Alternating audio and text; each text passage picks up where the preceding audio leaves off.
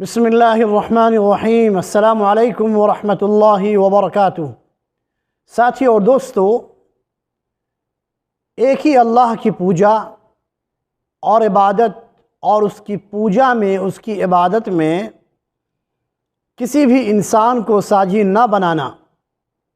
یا کسی بھی چیز کو شریک نہ کرنا اس فطرت یعنی پراکرتی، نیچر اور طبیعت کے عین مطابق ہے جس پر سارے انسانوں کو پیدا کیا گیا ہے۔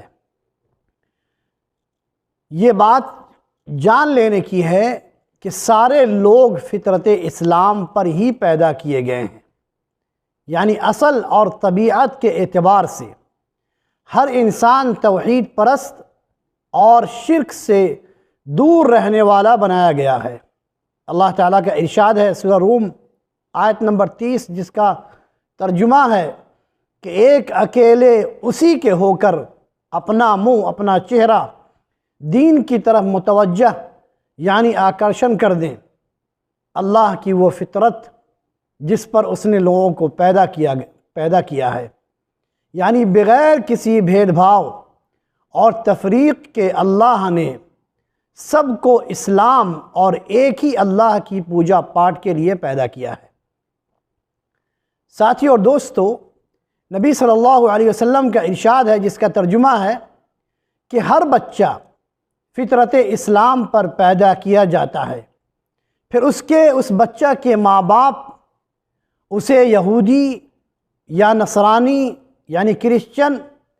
یا مجوسی یعنی آگ کی پوجا کرنے والا بنا لیتے ہیں۔ بچہ اگر اسی فطرت اور حالت پر چھوڑ دیا جائے جس پر وہ پیدا ہوا ہے اور غیر اسلامی ماحول سے اسے دور رکھا جائے تو وہ بچہ دین اسلام پر قائم رہے گا، اپنی فطرت پر قائم رہے گا، کسی بھی دوسرے دھرم کو قبول اور سویکار نہیں کرے گا۔ اور حدیث قدسی میں ہے جس کا ترجمہ ہے کہ اللہ سبحانہ و تعالیٰ فرماتے ہیں کہ میں نے اپنے بندوں کو موحد و مخلص یعنی ایک ہی اللہ کی پوجا کے لیے پیدا کیا،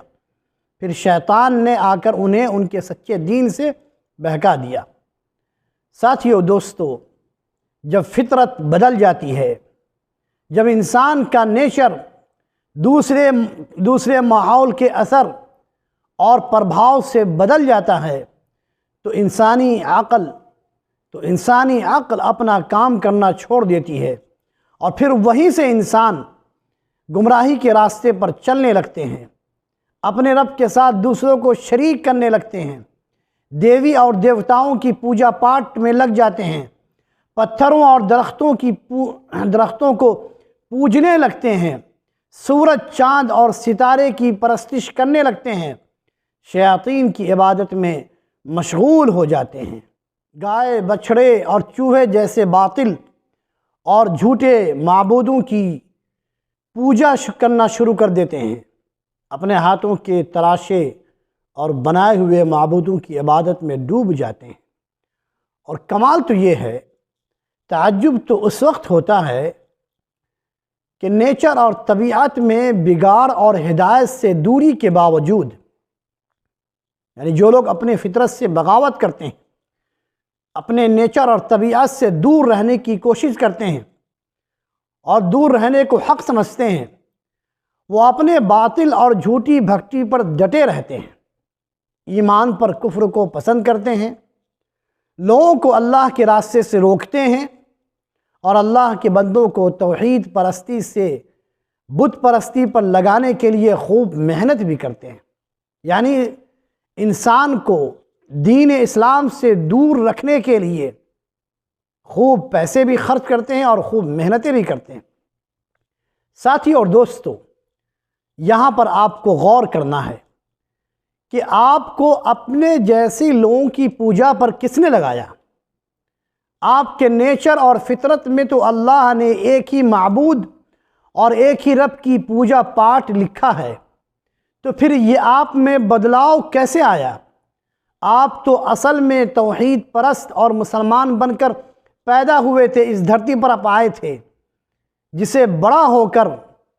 جسے بڑا ہو کر سمجھدار ہو کر صرف اپنے رب کی پوجا کرنا تھا،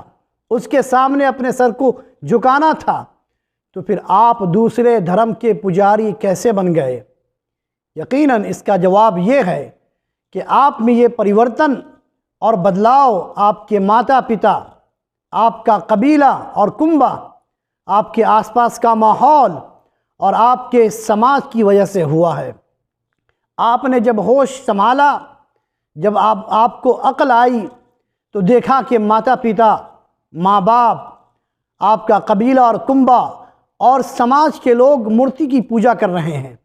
اس لیے آپ بھی مورتی کی پوجا کرنے لگے، اور اصلی اور سچے دھرم کو جانے اور پڑھے بغیر، سمجھے بغیر یہ سمجھنے لگے کہ آپ کا دھرم وہی ہے جو آپ کے ماتا پتا اور آپ کے کنبہ اور قبیلہ کے لوگ پوج رہے ہیں، لوگ کر رہے ہیں۔ ساتھیوں اور دوستوں، اس پورے سنسار کا ایک ہی دھرم ہے، اور وہ ہے اسلام۔ آپ کے رب نے، جس نے آپ کو پیدا کیا ہے، جس نے آپ کو جنم دیا ہے، آپ کے رب نے آپ کو اسی دھرم پر چلنے کے لیے پیدا کیا ہے۔ اللہ کو اس کے سوا کوئی دھرم سویکار نہیں، اور نہ کوئی دوسرا مذہب اللہ کو پسند ہے۔ ہم سب جان لیجئے کہ ہم سب ایک ہی اللہ کی پوجا کرنے کے لیے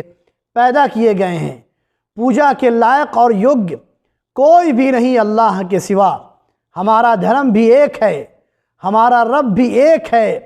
ہماری کتاب بھی ایک ہے، اس لیے ہمیں صرف اسی کے چرنوں میں جھکنا ہے،